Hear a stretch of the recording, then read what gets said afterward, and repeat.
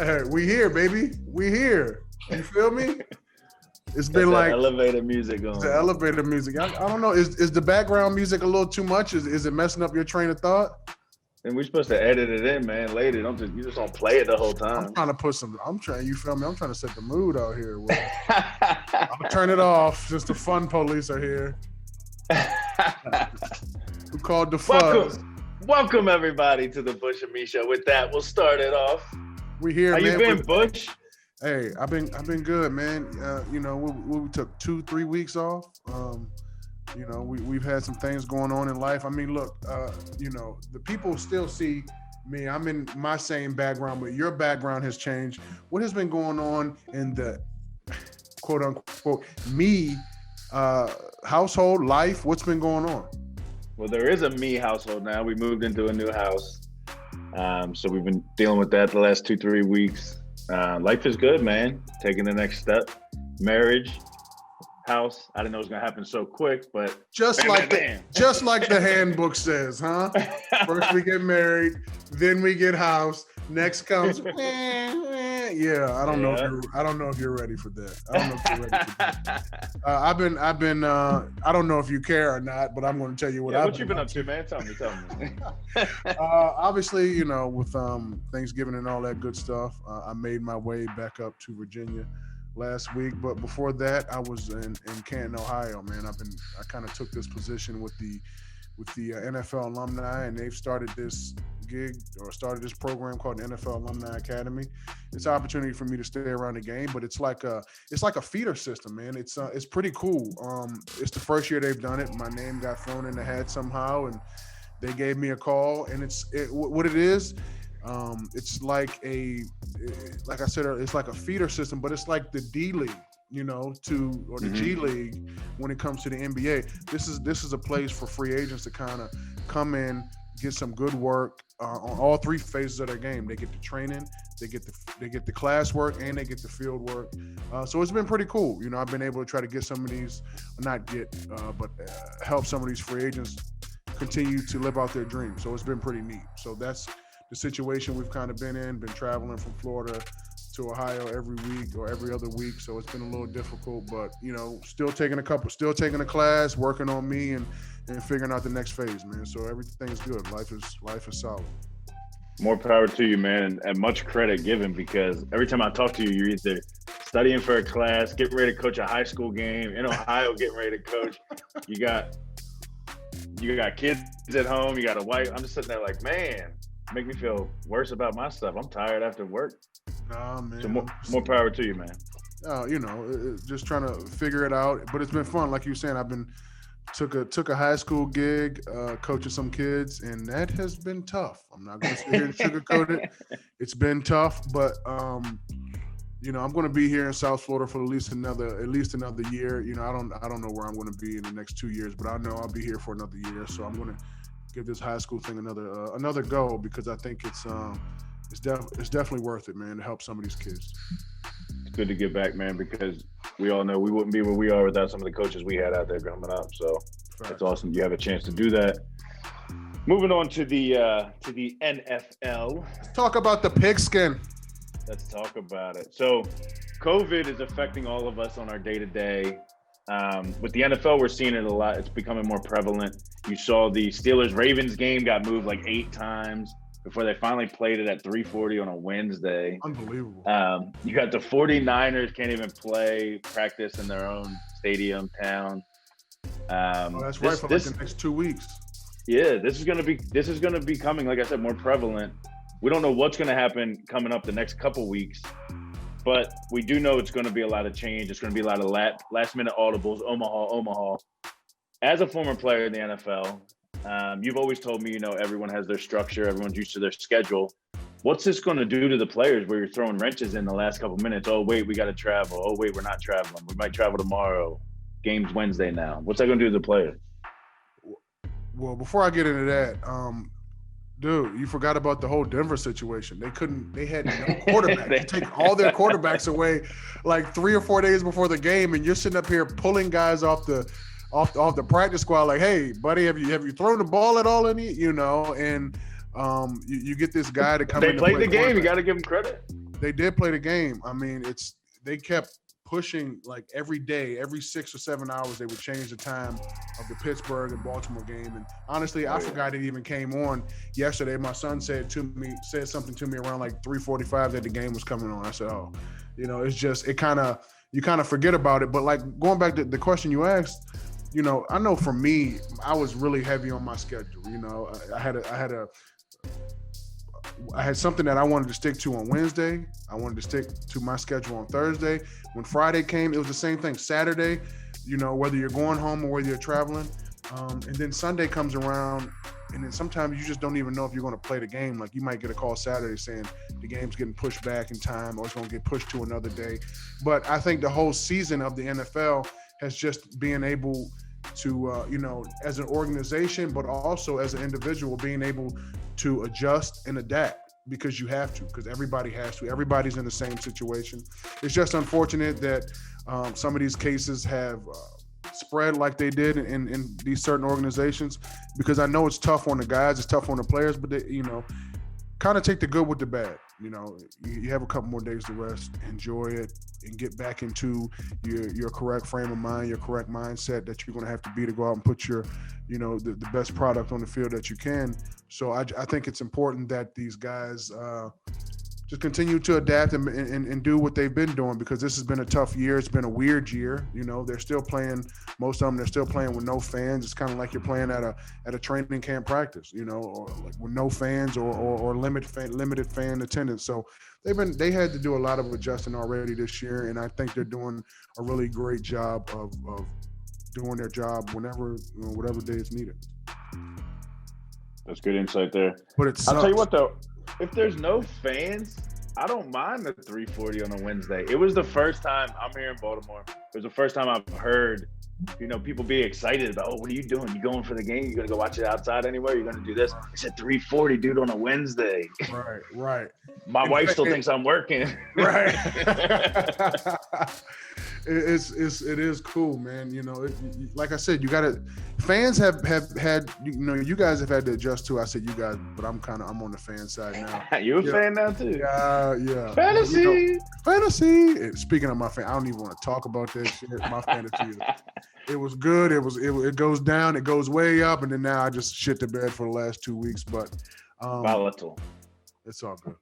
Hey, whatever, man. You guys, the fans have been great. Whenever you can tune in, we all got to adjust and adapt, baby.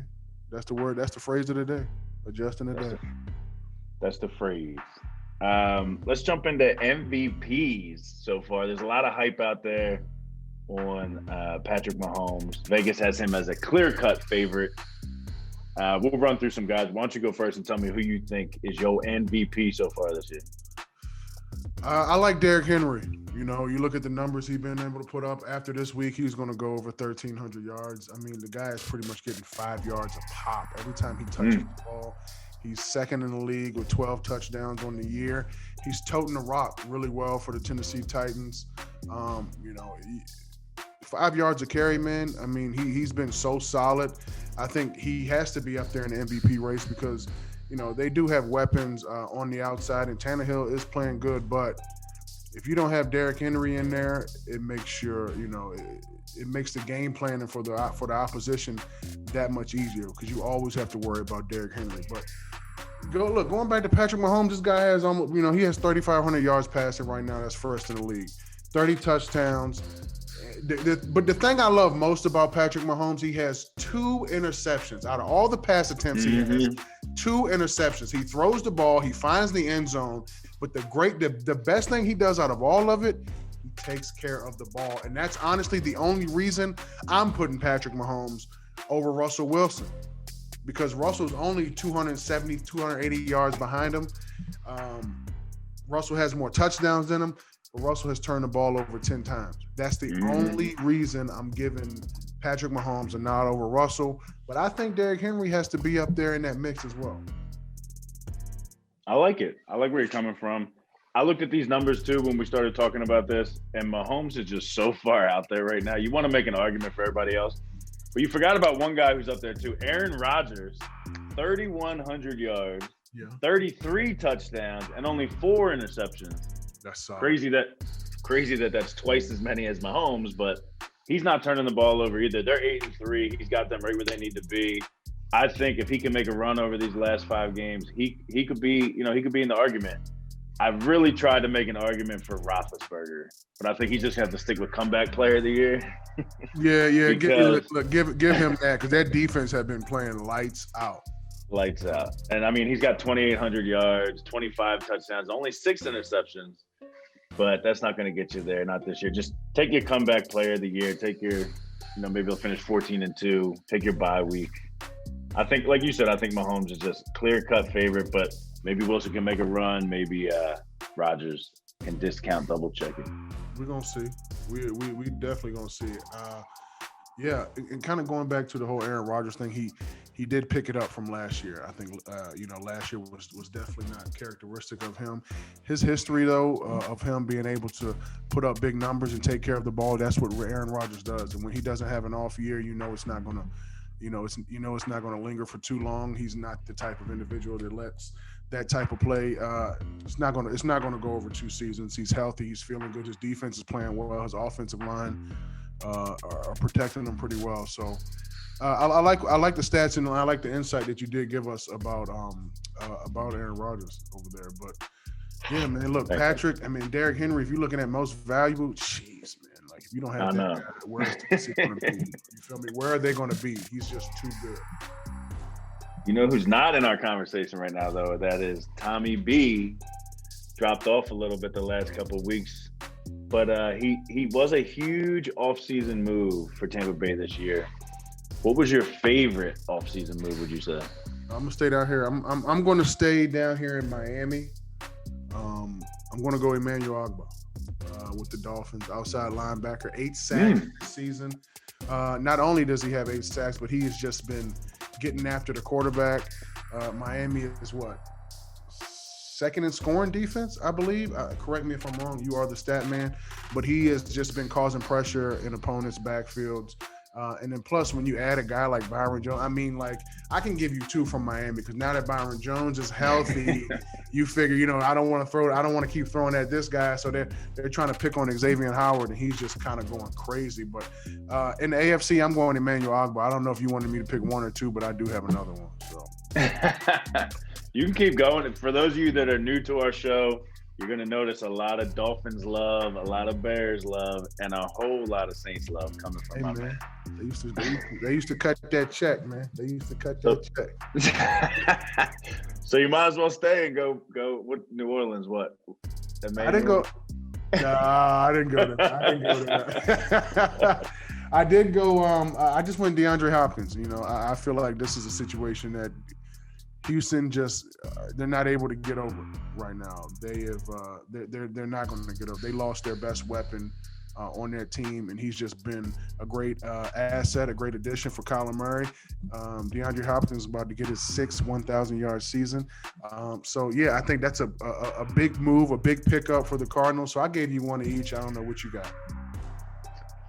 I ran through this and I thought, obviously the favorite, the one that everybody talks about, is going to be Brady, but they're 7-5, and they're the 16th in the playoffs right now. So I think they could be there without him. I mean, Jameis could have got you what Brady's doing. I mean, if he just doesn't, hold back on a few of the interceptions. But come on now, like Jameis could have done the same thing. He throws. They were 7-9. Yeah, they were 7-9 with Jameis. They're 7-5 now with Tommy B. Right. I wanted to go to Diggs in Buffalo, but same kind of thing. They're 8-3. They're winning the East. I don't know that without him, they're still not in first place with the East. It's a great move. I love the acquisition, but I still think they're there. 2 that stuck out to me. The first I'll go with is DeForest Buckner to the Colts. Rivers has helped them out a lot too, adding Jonathan Taylor, but that defense is ranked top 10 in every category. They're 4th overall, 7th in rushing yards allowed. They're allowing 101.4 rushing yards a game. He's made a big impact there. They're, like I said, they're 7-4. They'd be in the playoffs right now if this season ended today. And the other one you already mentioned, but this one stuck out the most to me, is DeAndre Hopkins, right? They're 6-5.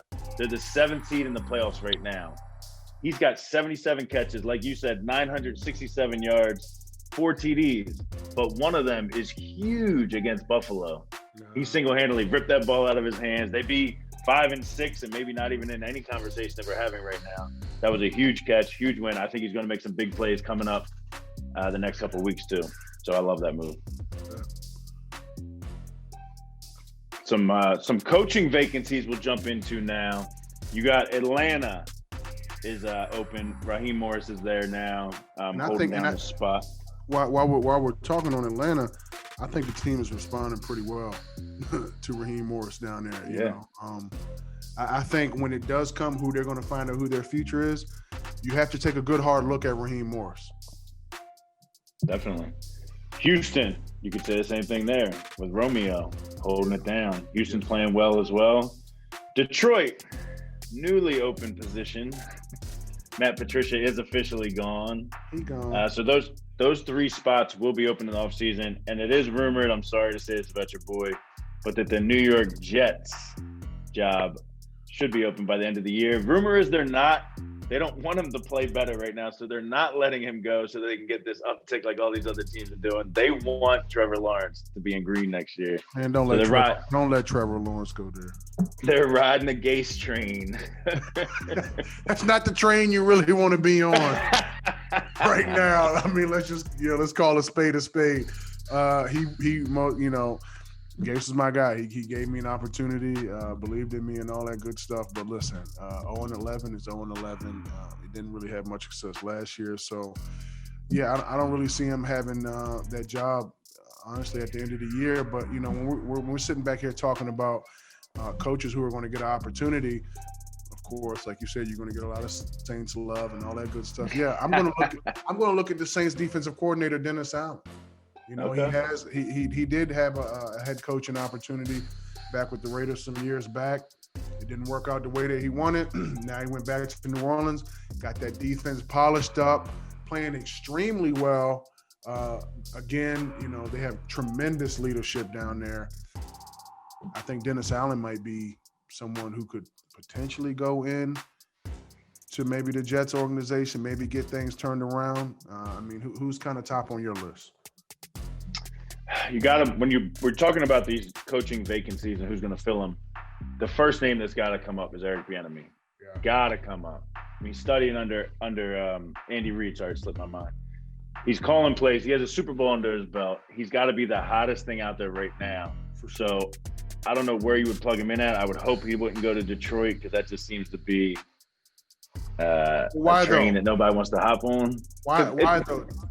It seems like management's not letting you make the changes you need to. Every coach that goes in there with a plan gets punched in the mouth, like Mike Tyson said, and it just goes out the window. No one's made the change. I mean, outside of Shannon, there's been nobody that's gone in there and really made a big impact. And they let him go to bring in Matt Patricia because he was the new hot thing, and they're worse off than when he got there.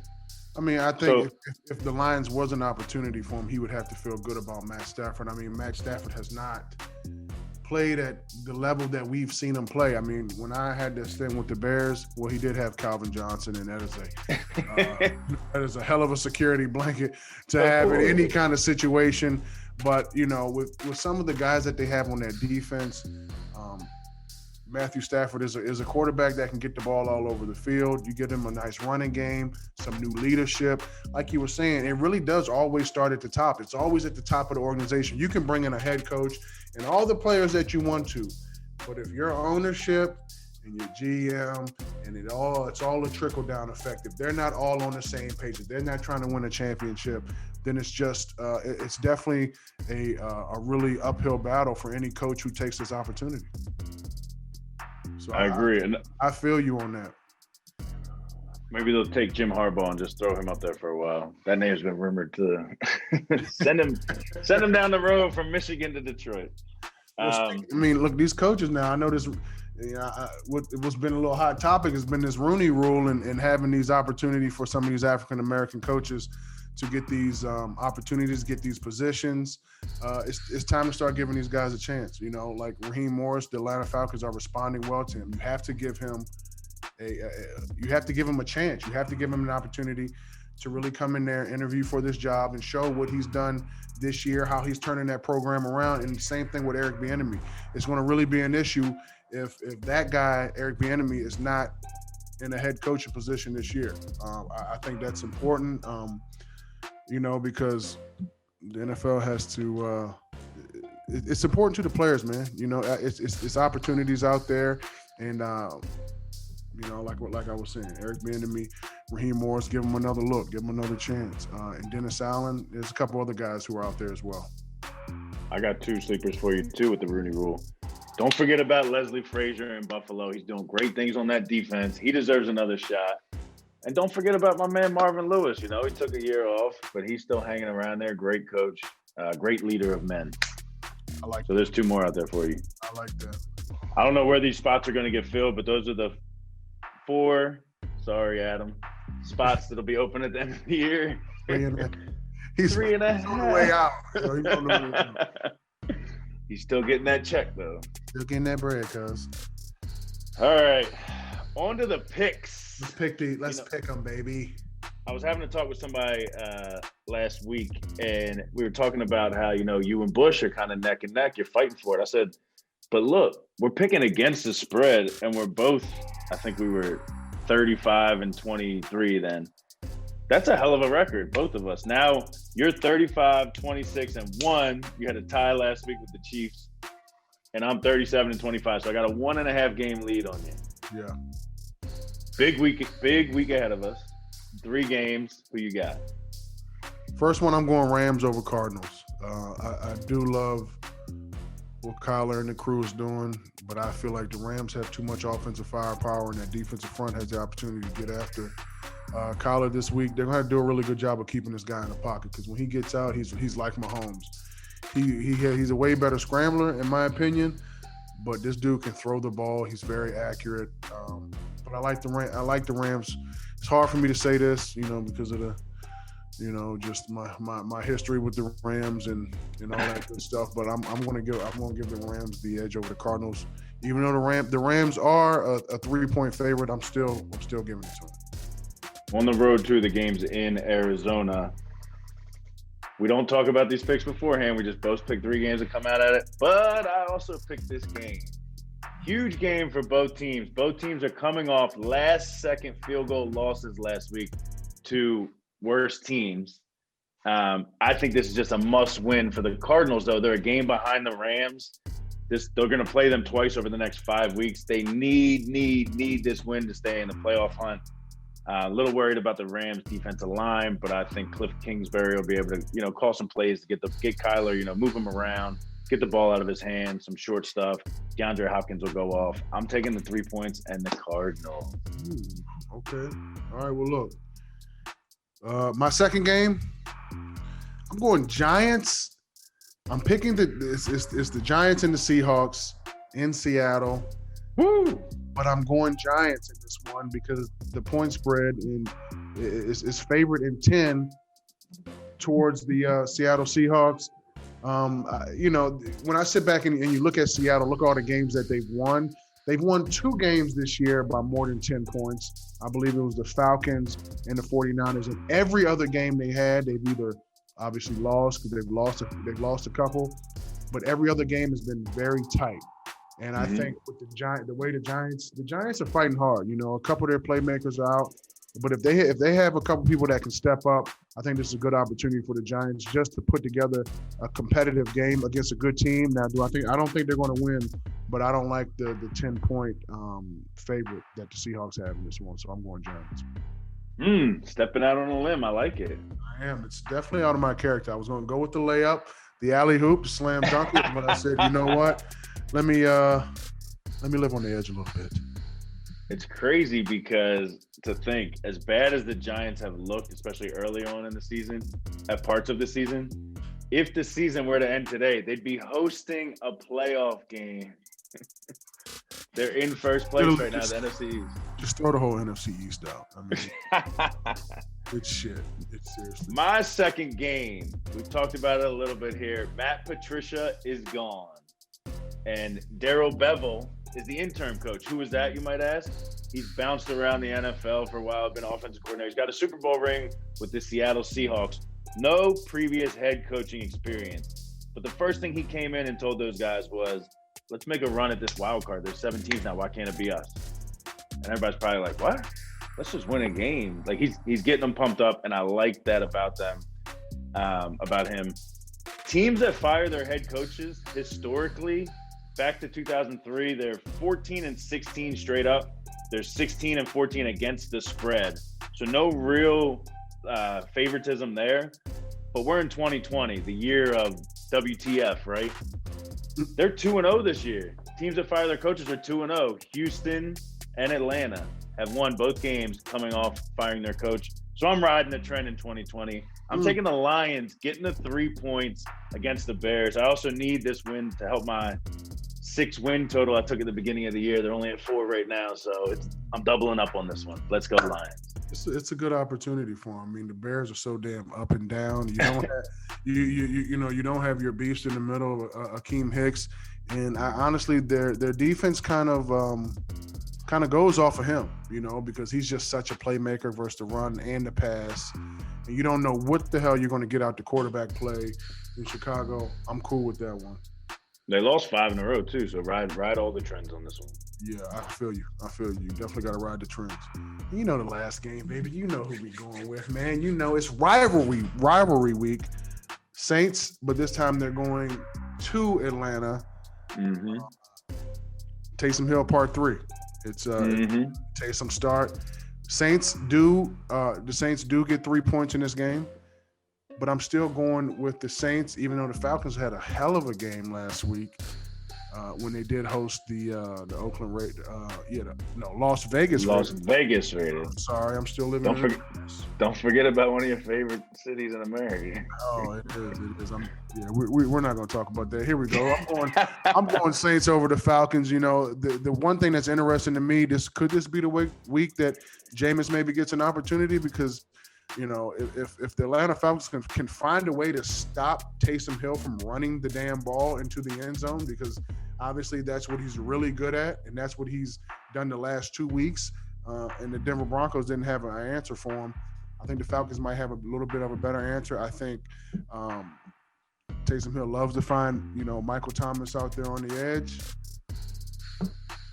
This could be a possible week where things kind of get shaken up a little bit, and maybe Jameis gets his opportunity. But I'm still picking the Saints because it's the Saints and the Falcons week. We need to sweep, baby. Sweep them up. Let's get it. It's the Falcons for a reason. Falcons. Falcons. Sound country. The Falcons. Falcons. Shocker. Like I said, we don't go over these picks beforehand, but I can already write in. Nice pick, Jermon. Oh. I also picked that game.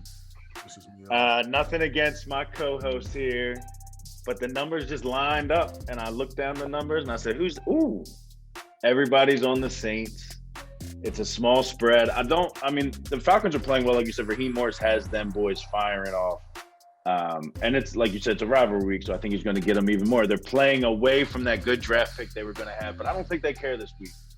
It's the Saints, the Aints. They're coming into town, and that's so disrespectful that you would call them the Aints right now when they will literally dominate 30 other teams in the league right now. The only team that worries me is the Kansas City Chiefs, who they're going to have to see in Tampa whenever the Super Bowl starts. Whatever day the Super Bowl happens, because it can get pushed back dealing with COVID. We don't know what the hell is going to happen. But anyway, my pick, I took the Falcons. I know you took. I was trying to talk over you so I wouldn't have to I'm trying to get it back. Give me the mic back. I'm taking the Falcons. You got the Saints. That's 2 games we're going against each other this week, so that you could make the ground up. You could be in first place. Yeah, I think I'm going to. This is my week. I feel really good about 2 of my picks. The Giants one is a little iffy. I wish I could take that one back right now. It's in there. Joe, print it. We're done. Cut. It's already in there. We got the 3 games. Like I said, I'm going Saints, Rams, Giants. It's good to be back. I missed your bald head. I missed your bald head. Good to see you. And it's a nice bald head. Yeah, for the rest of the season, through the playoffs, Bush and Me is back. For the people who are following us, however many it is, we appreciate you. We're gonna continue to keep getting better at this. Hang with us, Bush and Me. We're here to stay. We're here to continue to keep bringing you some good content. We got it, baby. Good to be back. Hope you guys like it. Good luck, Bush. Good to see you. Good to see you, brother. See you guys next week.